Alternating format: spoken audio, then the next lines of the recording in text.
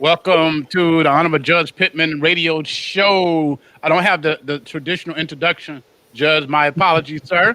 but how you doing? We're good, PA. How you doing, man?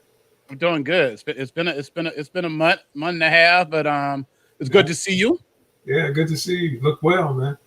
Just trying to get there, Judge. Yeah, A lot to talk about. It is Domestic Violence Awareness Month. I'm hearing reports of domestic violence on the increase due to COVID-19. I yeah, don't know if you've seen it in your court. yeah. Seeing a bit of an uptick on things like people seeking personal protection orders and that kind of thing. Seeing an uptick in not necessarily is it domestic violence, but you see the strife that's created amongst people who are divorced or who have children and the battles that they kind of go through. And I think that becomes one of those sort of, kind of byproducts of that kind of strife that creates that domestic violence. Wow. So, Sad situation there. uh, Sad situation. There was a situation in Orlando, Florida, where a wife was divorcing a husband or separating from a husband, and he told her on video that he was going to kill her. mhm. And the very next day, he's a preacher from Ghana. Very Oh, next day, I saw it. you saw that. Yes, my wife keeps up much more than I do with events, and she said I have to show you this. And wasn't that something? That's sad. Yes. It's incredible, man. Yeah. Even while she was down, shot, wasn't moving, he continued to unleash bullets. That And kind of rage, that kind of wow, that kind of anger. But we're living in incredibly stressful times. I uh, mean, you cannot overemphasize the level of stress. This is a stressful society already, and it moves fast with so much that goes on. But then you add in a pandemic, and you add in all the uncertainty that surrounds it because of the lack of what I think is, legitimate leadership at the national level. And the level of stress and uncertainty for people is just off the charts. PA. speaking of it, we didn't get a chance to talk about this. Did you watch the debate on Tuesday? Yes, I did. My wife and I sat and we watched from beginning to end. Did you learn anything new?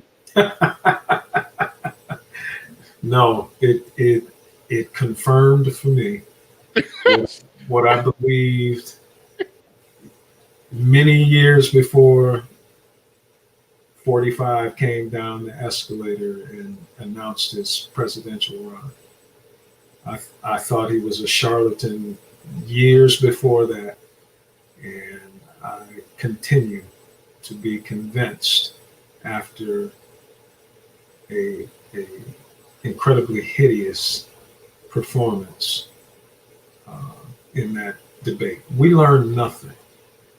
We got nothing. We got nothing of any value for anyone who has not made up their mind about who they're going to vote for.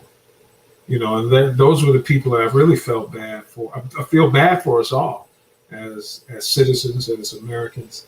I really felt bad for them because there are people who are legitimately not clear on who they want to vote for, and they're looking for information to make an informed and intelligent decision. And I guarantee you, they didn't get anything intelligent. How do you think Joe Biden did? Well, that's it's difficult to score because it was so far out of the norm and out of what you would expect, and to be able to judge the performance, if you will, of a person who's involved in a debate. So what happened, I think, is it changed from there being a debate which would be centered on the exchange and exposition of ideas. It became, for Joe Biden, a bit of a exercise in survival. You you want to kind of ignore the loudishness that the president uh, exhibited, but at the same time, you're also going to be looked at as, could you stand up to what the president was putting out there? And I think when the opportunity presented itself for him to talk about substantive issues, I think he certainly uh, presented himself very well. But it's hard to maintain your train of thought when you are trying. These are difficult subjects, right? You know, Right. this is challenging stuff to talk about when you're talking about trying to figure out how to lead, you know, arguably the most influential country in the world. So it's already a difficult proposition to stay focused. Right. And then to have to deal with the heckling, because that's really what it came down to. He was heckling uh, Joe Biden when there was this opportunity to talk. To maintain that train of thought, to be able to put together a fully cogent and um, weave together thought, I don't know how anybody could expect that he was going to be completely eloquent in doing that. It was bad. Uh, That wasn't good, man. right. Anthony Miller says both parties in the debate let me down. Well, Uh, you know, I appreciate Mr. Miller, and there are a lot of people who feel that way. But let me keep it real. Neither of them let me down because I had no legitimate expectation of anything better from Donald Trump. So he didn't he didn't disappoint me one bit as far as what I expected of him. And the we have to be careful about getting into the whataboutism that is just overtaking us. We can't talk about the issue of what one party has done without delving into, well, what about what he did, or what about this, or what about that? See, if Donald Trump was the perpetrator of um, the verbal violence that took place during that debate, Joe Biden was the person who had to figure out how to defend, survive, and, if possible, make a point during the course of that verbal violence. So, what was foisted upon Joe Biden is not a matter of it being a disappointment to me. You can't take the hot. Listen, PA, mhm. if you decide or if you get yourself involved in a situation where you have to wrestle in the mud with a pig, tell me where the high ground is. Yeah. You have to wrestle with that pig. You're going Yeah. to get dirty Dirty. because No you're doubt. in the mud with this pig. There is not a lot of room for high ground. The only thing that I think Joe Biden could have done to really have seized the high ground, and he would be criticized for that too, is to say, you know, I am not going to participate in this level of nonsense. When we sat down, made rules about how we would engage, Right. have a moderator who is here to keep us on track, and my opponent won't adhere to the rules, and he will not respect the role of the moderator in trying to keep us on track. Therefore, I should leave because I just don't see how this will really uh, uh, accomplish what we came here to accomplish, which is to trade ideas, have dialogue, and give the American people the opportunity to gauge our fitness and our abilities to be the next president. Right. Now, that's the high ground he could have tipped. Uh-huh. So, um, that high ground would have also brought him in for, uh, criticism as well, and probably so. Right. Right. Treasure said, I guess the judge is voting blue. Well, the matter of whom or where I vote is obviously a private matter, right? I'm Right. here to confirm or deny where I'm going to vote, but that has nothing to do with my analysis of what I saw. And see, I work in an arena where um, debate and verbal conflict, even if you will, is the coin of the realm. That's exactly what happens every day in my courtroom. So I don't take a back seat to anybody in the idea that I appreciate what a good conversation, a good exchange of ideas, what a debate should look like. Because in our court, we have rules. We are clear on what those rules of engagement are before we enter.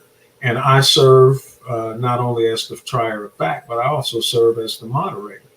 I'm the person who makes the decision about whether you can or cannot continue in the vein that you have tapped into in how you present your opinion. So I think pardon the pun, but I think I'm a good judge of Right. what a debate should look like.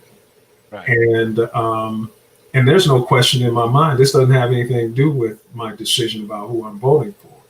It has everything to do with the fact that this is what was presented, and this is the evaluation of what I saw. Right. Let's talk about local elections. Yes, You play a very important role here in Muskegon County. Election. Yeah, well, we of course we get a chance to talk every now and then. We don't talk as much as I would love to Yes, me too, with man. you, but I did share with you something I don't think many people have common knowledge about, and they wouldn't. But I serve as the chairman of the Muskegon County Election Commission, and that's by state law that the presiding probate judge in every county is also is part of that election commission for that particular county. And I serve as the chairman for this county's election commission. And you shared with me that early voting has started in Muskegon County, and people might Yes, not know about it. yes. Early voting started. Well, I can't remember the exact date. September 20. I think it was last week, Thursday, might have been. Yeah, I think it was September 24, if I'm not mistaken. And it goes on through the day of voting, right? And I have a number of important dates that I hope that we can touch on here Yes, sir. during the course of our conversation. I want people in this community, in our county, I want them all over the country, but I have the opportunity to have an impact in the county that I serve as election commission chair. I want us to be as knowledgeable, as informed, and as prepared to cast an intelligent and acceptable vote as we possibly can be. So, to vote early, Mhm. what do they need to do? First, of course, you must be registered to vote. And in the state of Michigan, you can register um, at your city or township clerk office. You can register to vote online from now until October 19th. From now until October 19th, you can register to vote online. Okay, Wow. let me say that again. From now until October 19th, you don't have to go anywhere. You can do it on your computer, on your phone, and register to vote. All Pretty right? simple. Yes.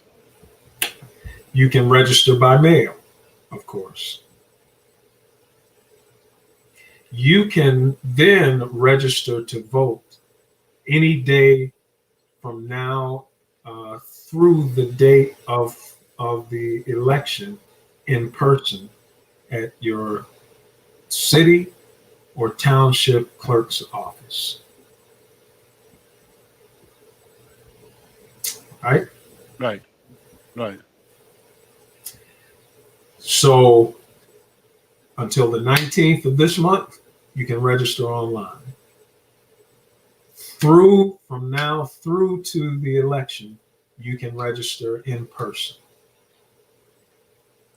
That means Michigan have same day registration and vote. Yes. Yes. That's amazing right there. That's progress. Yeah.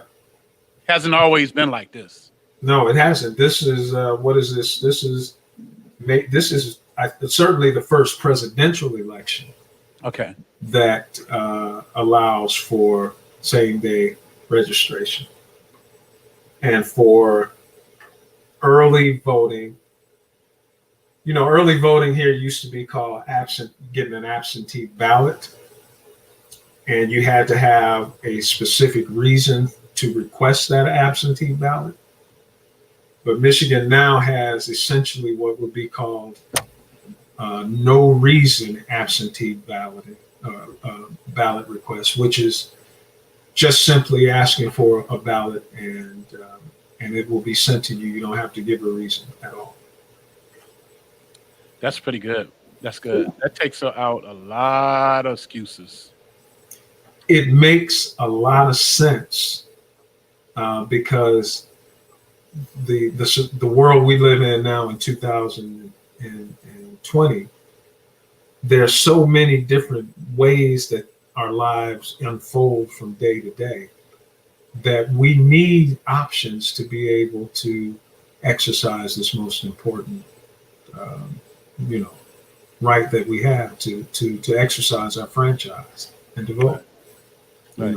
So this makes sense. And, you hear a lot of people, PA, refer to this as voting season now instead of, voting day, or election season instead of election day. And that's the right approach to this thing, is that there is a period of time over which we can exercise our right to vote. Now, let's talk about local elections. There's a judge race. We have a prosecutor race. We got a sheriff race. We got some board of education races going on. There's a lot of stuff going on. County commission race. There's a lot of things on the ballot. Yes. Well, part of our responsibility as the election commission is that we have the final approval of what the ballot is going to look like. What's going to be on that ballot as far as all of the races and all that kind of thing. We have to give the final approval before that ballot is literally provided to printers to be printed. So, and that took place, I think we finished that probably in August. And it's a two-sided ballot. So make sure when you finish the front side, there's an instruction at the bottom of the ballot that tells you to, turn it over, because the other matters to be decided are on the other side of that ballot. I got some of it up on the screen, Judge, just so people that are watching on Facebook Live, they can see how big this ballot is. Mm-hmm. That's a lot going on. Yeah, that is what you have there is the essentially what you have there is the list of all of the positions, and it looks like all of the people who are running for those positions. Yeah, in the Of county. course, the ballot is going to look a whole lot different, but all of that information is there in some form. For instance, the difference that let's go back. Let's stop right where you are. You're looking at no, you can keep it right. Just keep it right there. Okay. You have the page up that has some of the townships involved, right? Right. So if you're voting in the city of Muskegon, you won't see all of this because you don't have a vote in, say, what the Muskegon Township who the Muskegon Township supervisor is. Right.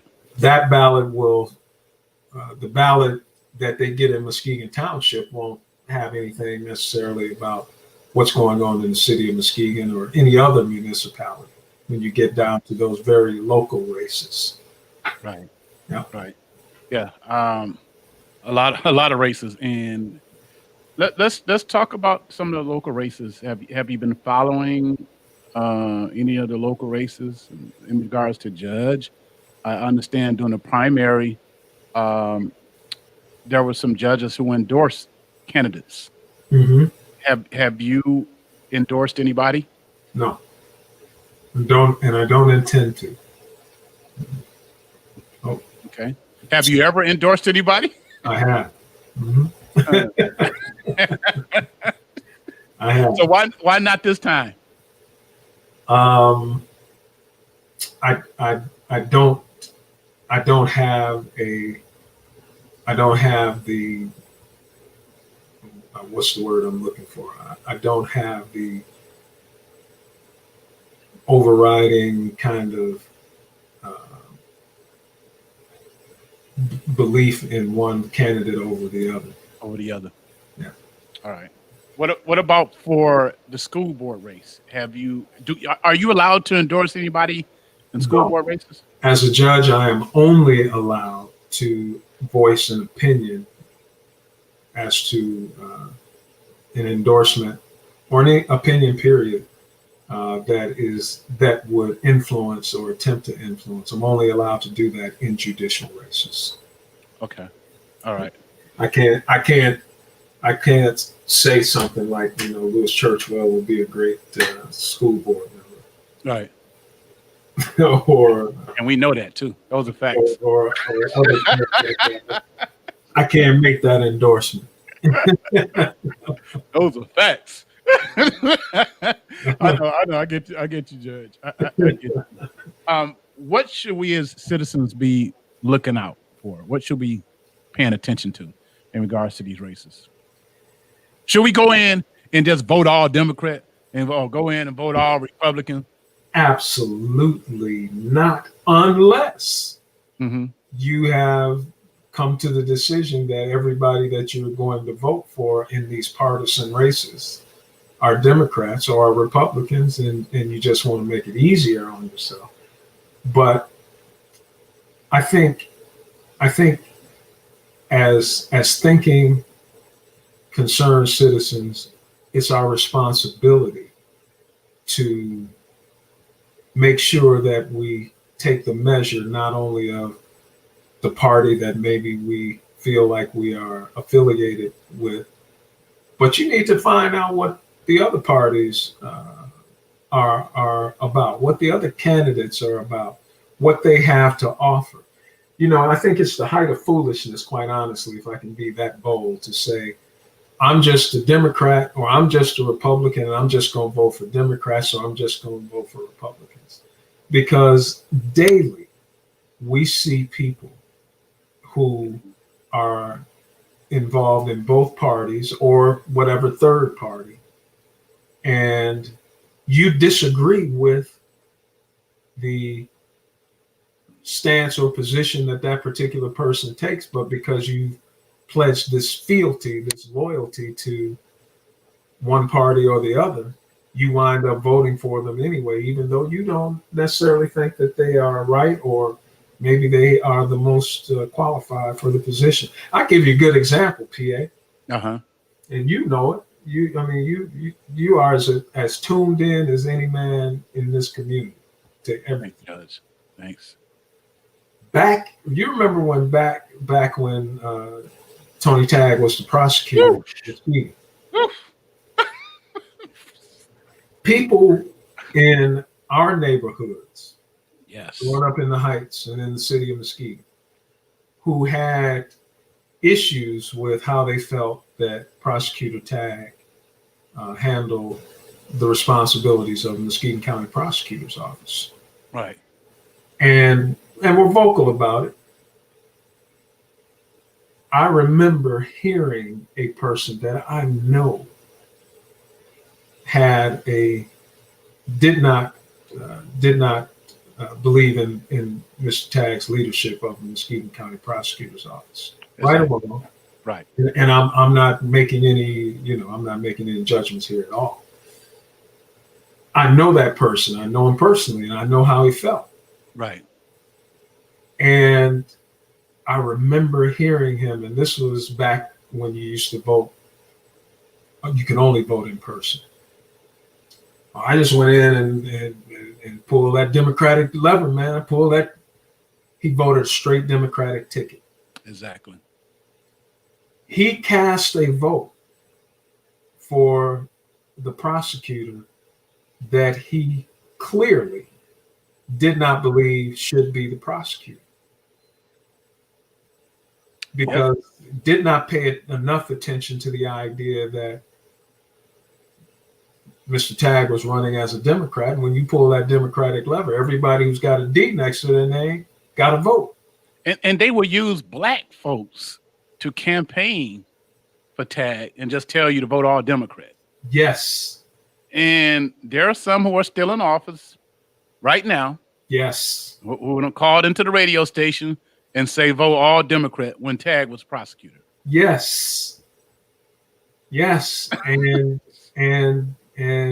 a lot of them did not feel that Prosecutor Tagg was responsive to the concerns of the communities that they came from. Exactly. But you continue to cast that vote. And I use that as an example because that's an example that I absolutely have 100% personal knowledge of. Right. So, people are entitled to their own opinions always, however they feel that they want to deal with things, including the fact that they want to just vote a straight ticket.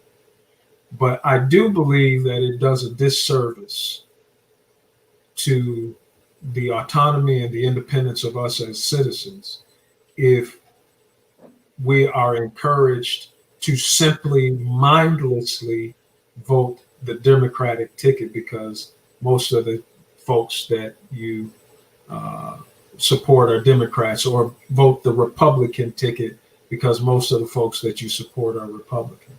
That's mindless. That's a disservice. That doesn't help us when we are trying to find the right people to represent the things that you believe in as an individual. Your vote should be an individual decision about the things that you believe in and that you believe those people are able to best represent on your behalf in this representative democracy. All right. Treasurer asked a question online. What do you think of 45 presidencies? I don't think we've been well served. I can certainly offer that opinion. I think you can look at any number of circumstances that currently exist, and the question was raised many years ago. I don't know if it was Ronald Reagan or if it was George Bush or if it has just been an amalgam over time. But candidates ask, are you better off today than you were when the person who's the incumbent was elected? And I would say to anybody, because that's my measure, that's the measure, one of the measurements I use in deciding where I'm going to vote. Am I better off? Is my family better off? Are the people that I know personally and their circumstances, are they better off? Are we better off as a society and as a country as a result of the leadership of the people that we voted for in 2018 through 2016? And then you make that decision. I would say this, we are sicker. We are more fragmented. We are more distrusting of one another. We are more intolerant of one another as people. We have seen, and I'm not saying norms don't need to be challenged, because No, if norms weren't challenged, we'd still be slaves. If norms weren't challenged, black people would still not have a vote, or women wouldn't have a vote. Norms must be challenged, but there is a manner in which we should be able to challenge them that does not destroy the institution of the norm that we're challenging. And I see institutions that we should be able to look to. For instance, PA, when you heard on the news or on the radio or read in the paper that the CDC recommends something, Right. the Center for Disease Control, Right. you didn't even question. Oh no, nah. You just started then to say, okay, well, I better look into this and see, Yeah. are we A lot questioning? of credibility there. A lot of credibility. And there are a lot of black people at the CDC too. Yeah. Yeah, it was based in Atlanta. Yeah. Right? Yes. Are we questioning now when we hear guidelines and directives from the CDC because it has been so incredibly politicized? Right. I mean, and here's, let's not be, let's keep it real. Politics is in everything. Right. And pressure has been brought to bear on the CDC since the CDC has existed. But there has been a level of respect for the autonomy that the CDC should be able to operate in, where at some point that pressure and the politicization of it kind of takes a back seat, and we need to be able to depend on them. We need to be able to depend on the FDA that the food that they say we can eat. Right. Right. Me personally, I don't do a lot of the vaccine unless it's mandatory for travel. But I do believe in the CDC and its purpose, and I believe they have for the most part, have good intentions. Historically, the government has not been too well towards blacks. And it come down to medicine. It's hard to trust 100% when they have did things to our women, to our brothers, got the syphilis, to Tuskegee, and these other things. But I don't think they should be scrutinized to the point where 45 is make them seem like they just worthless. Well, what? First of all, I agree with you, and as a black man, and appreciating the history of black people in this country, we have caught the short end of the stick in all manner of things, including how public health has utilized us in ways that I think are medically, the medical ethics of the ways in which we were used have been violated. I agree with you 100%. I don't necessarily think that that's always come from the CDC, of course. I think a lot of those things were studies and processes that were done in other places that we also felt like we should be able to trust. We should be able to trust our universities. Exactly. And not be mistreated in the effort to find out what the effects of something is before it's presented to the rest of the country. But FDA, CDC, where I come from, the legal community, the Department of Justice. Okay. Can you imagine what life would look like in this country if the Department of Justice back in the 50s and 60s bent to the pressure and the politicization that we see now being foisted on the Department of Justice today? Right. Could they have been the people who helped push cases that created desegregation and voting rights and the protection of people who were attempting to access public accommodations? If they bent and were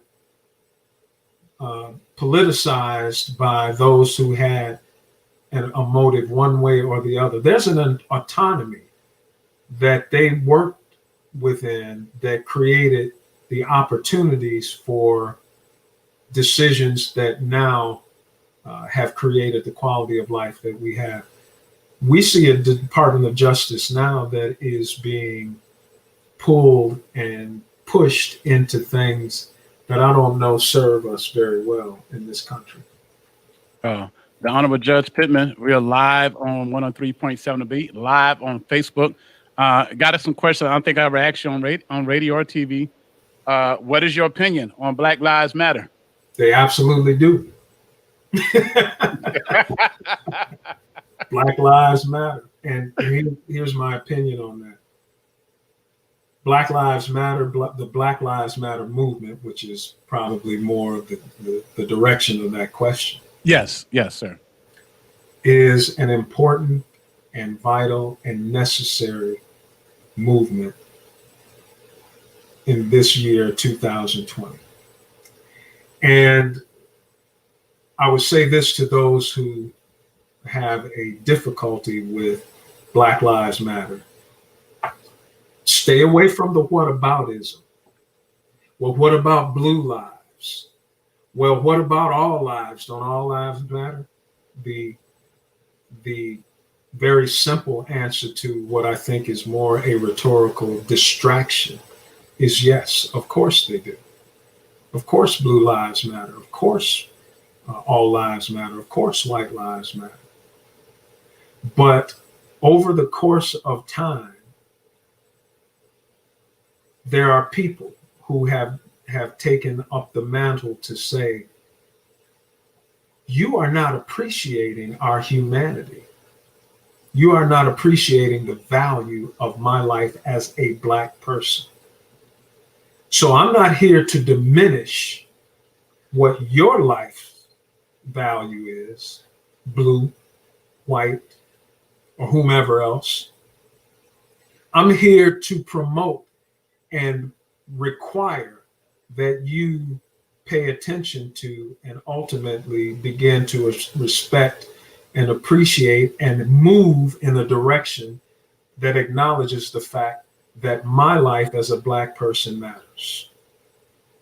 So if you're offended by Black Lives Matter, I would say that you are looking at it through the lens of, I would say that you're looking at it through maybe an inaccurate lens.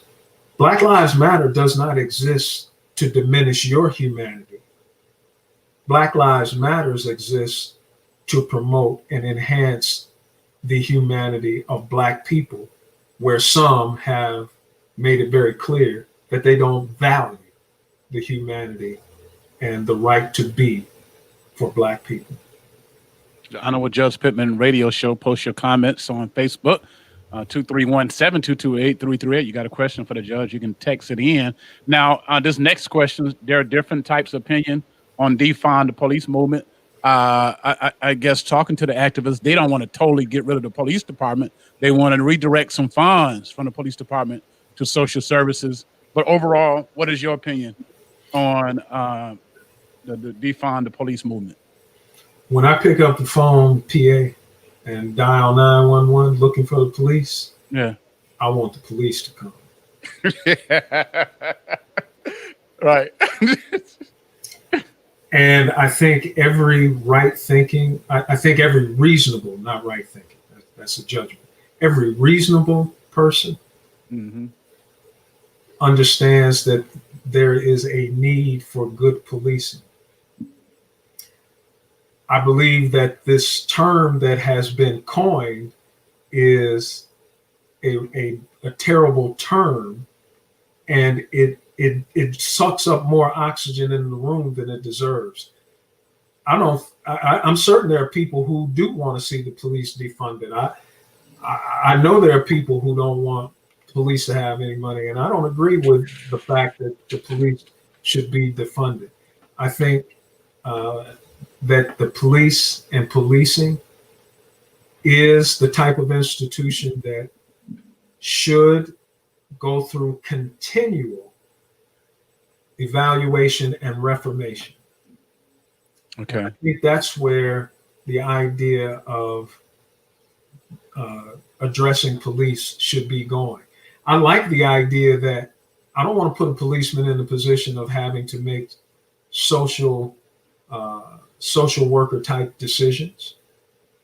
I like the idea that maybe as part of the police, as part of calling 911, when I have a situation where my relative is having a mental break, that when the police show up, they're able to also access a social worker, a mental health worker or two who can come and be a part of answering that call so that they can help guide them instead of maybe the police response simply being this person is out of control and we got to get physical and and it escalates to a point that somebody gets hurt like this guy did the brother did in Rochester, Michigan, Rochester, New York, who wound up dead, as opposed to maybe getting the kind of mental health he needed immediately. Right. Mental health, I like that. I like that idea. I think that with regard to policing, there needs to be some attention paid to the idea, in concert with Black Lives Matter, that there needs to be some training on the idea of not over policing the Black community. You feel me? Right. If there wasn't such a level of over policing, meaning that we have to be as, if I could use the term, we got to be as police as we possibly can when we show up in the Black neighborhood. If that brother who fell asleep at that Wendy's in Georgia Right. had been allowed, after he made it clear, my sister or whomever lives right over here, I can just go there. If those police officers had utilized their discretion and not over policed the situation and said, all right, go ahead, take off, and we're going to watch and we're going to make sure you get over there, and let him go, that man, that father, that brother, that son, that Black man would be alive. Wow. And that's just a consequence of over policing. You see it. We all see it. PA, have you ever caught a break from the police when you got pulled over? Let me say it differently. I know I have caught a break from the police when I've been pulled over. I didn't get it. And this lately, I done got lucky since I got older. Exactly. And where did that come from? That came from that police officer using his discretion to not over police the situation. Yeah. Okay, man, slow it down. You're moving too fast. Go ahead. And I'll be honest, it was some times I should have got tickets. Yes. And each time they pulled me over, I told them I was speeding. And a couple times, one time I was coming through the turnpike, Pennsylvania, coming back from New York, and the state trooper was like, I never had anybody be honest about this. I'm gonna let you go. So I found that being real, especially when I know I'm speeding, I haven't got, and each time I've been speeding the past 5-6 years. I've probably been stopped maybe 4 times, and each time I walked away with a warning, just being honest. And they know I got a CCW, so they want to get you up out of there too. Give them that permit. They want to get you up out of there. And well, that's a function that's an approach that we in our community can really start to tap into a little bit more, and we don't have to be at war when that police officer pulls us over. You catch more with sugar than you do with vinegar. Exactly. Yeah. And just if you be decent with it, probably a good number of those same officers will be decent with you. But let's take the other example, PA. Over policing. When that person is a suspect, or when that person is a bit belligerent and won't respond properly to the commands of that police officer. Here's the over policing. That person probably should face some kind of legal process. There should be a criminal charge. That's your discretion as a police officer. But the over policing comes when the young brother in Milwaukee, or I'm sorry, in Kenosha, walks away from you and is not maybe necessarily following your commands and goes to his driver's side. The over policing is, instead of you exercising your discretion and saying, well, he's not complying with my demands, I got to grab him because I don't know what he's going for. Let's just say. Right. Instead, you pull out a gun and hold him by his shirt and fill him up with 7 bullets. You become not only the police, you become judge, jury, and executioner in one encounter. That's the over policing that Black Lives Matters is trying to get people to appreciate at every level. Now, if you got to wrestle him, if you got to throw him down and beat him down and hold him down, in that manner to gain control, do that and then be done with it.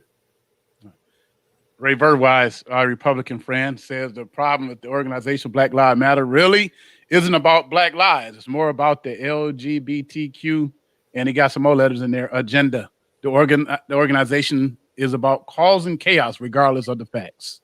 They're well-founded and do their jobs well. Yeah, well, that's garbage. That's the whataboutism. That's the deflection.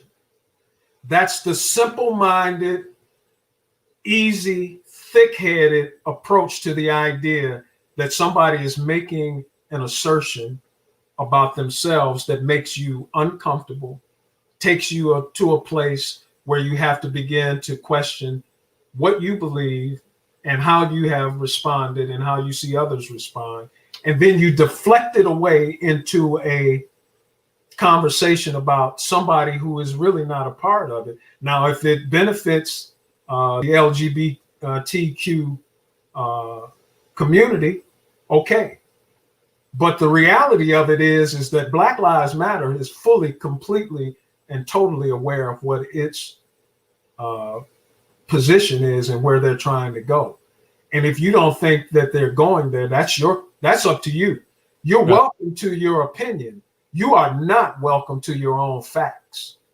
There you go. Hey, Judge, man, time goes so quick. I know I've said just 30 minutes. I hope you're okay with us going over. We got another 10 more minutes. Okay. You've been a judge for a while. You've been a judge since during the crack cocaine area. You're judge now doing the opiate. I was a criminal defense attorney. Oh, was really raging. And so you've been in the system, working in the system for a while. Have you seen a difference on how the defendants of crack cocaine era and the defendants of the opioid crisis have been treated in the courts? Well, that was by policing. By police? Yeah. I mean, a reason I said I worked in the prison system, during that time. There was a bunch of people in prison for being users. Yes. I agree with you. Are you seeing opioid users going to prison at that high rate? And we know it's a more dangerous drug. It is absolutely an incredibly dangerous drug. I think there's a convergence of a number of things that bring us to the moment that we are now. I think there's a greater appreciation across the spectrum for the idea that simply criminalizing the use of illegal substances without a component that acknowledges the need for treatment and for there to be diversion in how the criminal aspect is dealt with has gained some traction. I also will agree, quite honestly, that when the opioid situation became a crisis, it became a crisis because it was seen in communities that were not necessarily known for, although it certainly has its users. It wasn't known for drug abuse. You know, everybody knows where people think crack is prevalent and all that kind of thing. And there was a certain approach to that. But when opioids began to find its way into rural and suburban America and be acknowledged accordingly, the approach to how it is dealt with criminally, socially, legally, all of those things became a bit more expansive. And so you combine the knowledge and understanding that has been fomented over time, along with the fact that it is now in a place where people are taking a different look at it. And I think that's kind of what brings us to where we are today. Wow. I think about all those lives that probably could have been helped if they would have got treatment rather than prison. How many fathers were taken out of the homes? How many kids that start acting up because their father was not in the home and joined the gang? And that whole, trickle down effect of separation, especially when we know drug use is generally tied to some other issues that happen in life. Yeah.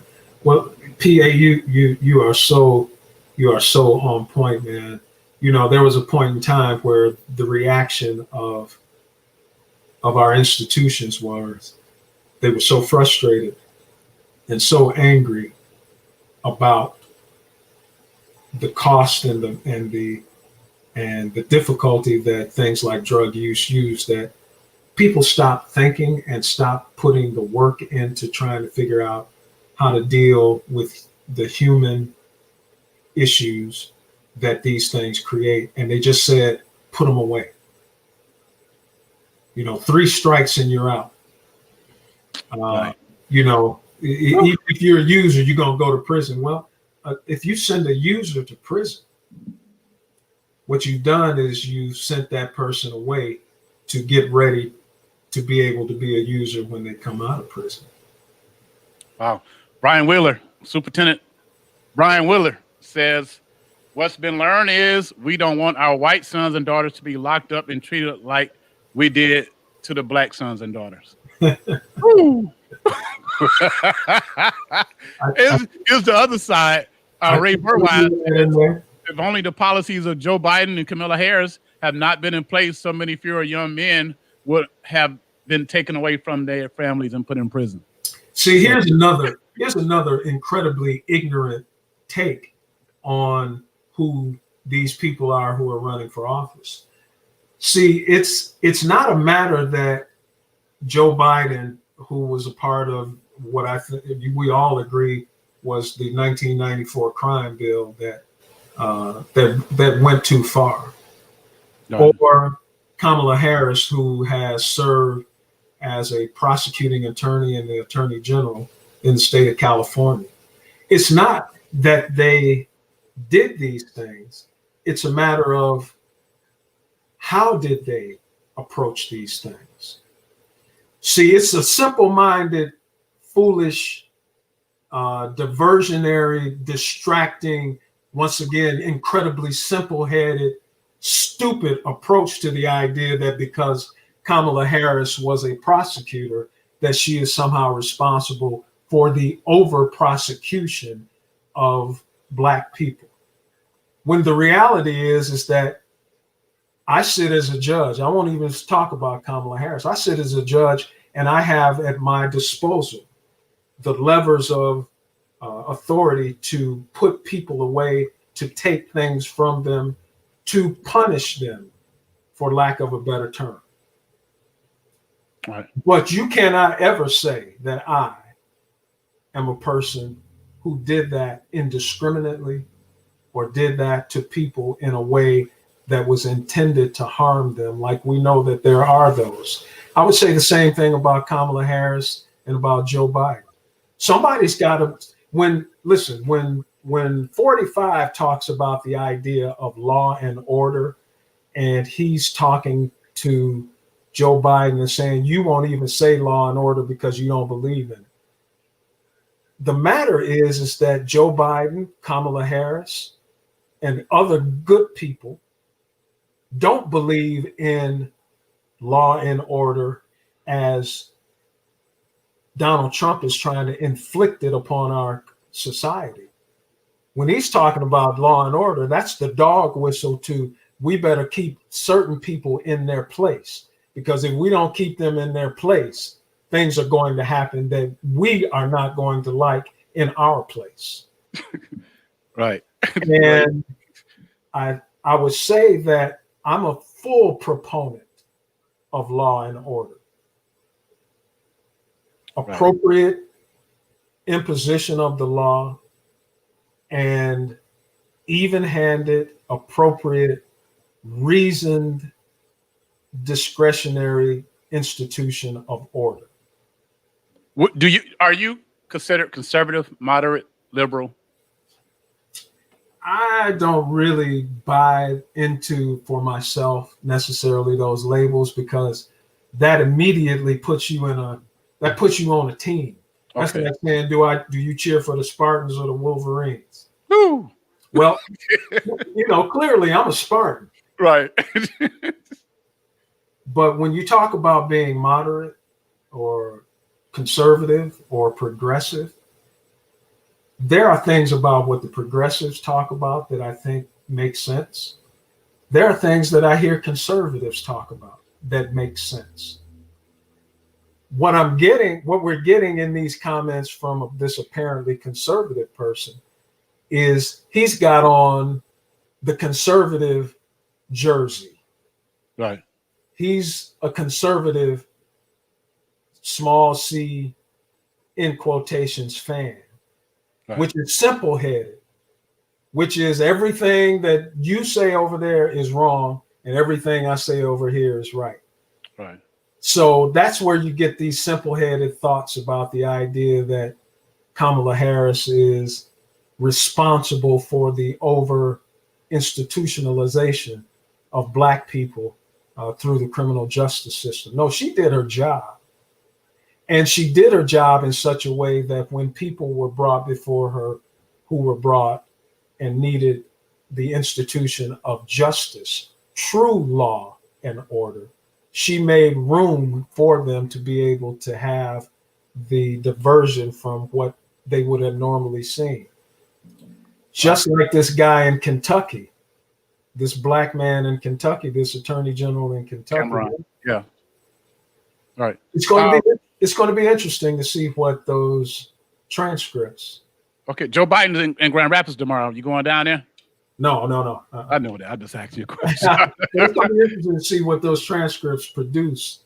In what he sent to what he presented to the grand jury.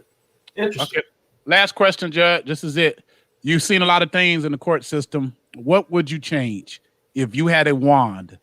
What would you like to see change within the system where you work? There's a lot of improvement. There's a lot of progression that our institutions like our courts need to make. I'll be the first to tell you that. I think what I've been kind of sensitive to of late is there's a need for people who are in these positions like me and those who bring these cases into our court of law, which I think is the greatest legal system on the face of the earth. I'll say that without hesitation. But it is incredibly far from perfect. And sometimes it's just downright not right. What I would love to see is to see people. If I had a wand, PA, I would create a thing, a machine that can translate what people are trying to say when they come to court into what people who are listening can understand. The cultural differences. Cultural, educational, socialization, all those kinds of things that make it difficult for people to communicate with one another. When Nook Nook comes to court, I wish Nook Nook could say what he's trying to say, and it goes through this machine, and then those people who are involved in the administration of justice say, oh, that's what he means. Right. Right. So that they can get the good information and make a good decision. See, I here's one thing. I think I do a good job in what I do because I'm multilingual. Right. Yeah. You can code. You switch up on them. I understand some of the things that are said the way they are said. Right. And I can kind of give it the appropriate weight that it deserves. You know, when you're talking with people, when you speak with somebody who doesn't speak very good English or that kind of thing, we would have a tendency sometimes to simply just give up and kind of stop trying to understand, right? Zoom out. Yeah.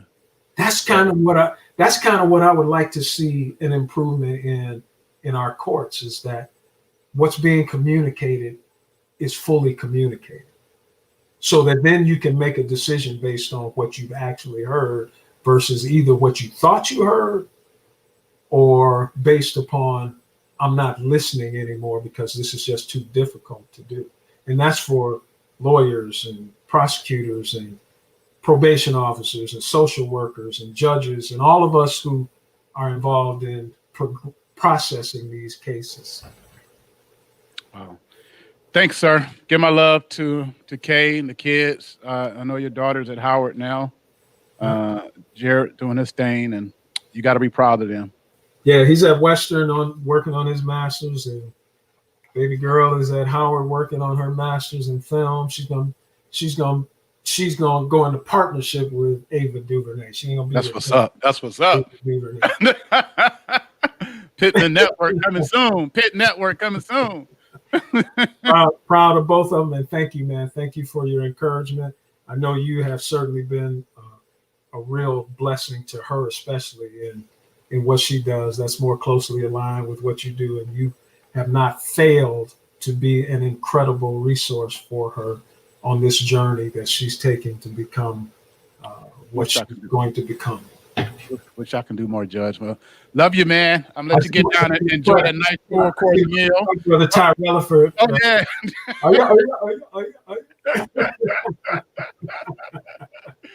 All right. Continue blessings. Just let me know when you're available, sir. We gotta we can ride this thing out until election. You know. I got more information, man. If you have a jail sentence, but you're not serving it right now, you can vote. There you go. Okay. If you're in jail, you can vote. If you're in jail, but you're not serving your sentence, you can vote. So if you're in jail on waiting on a trial, you can vote. Get your ballot to you and vote.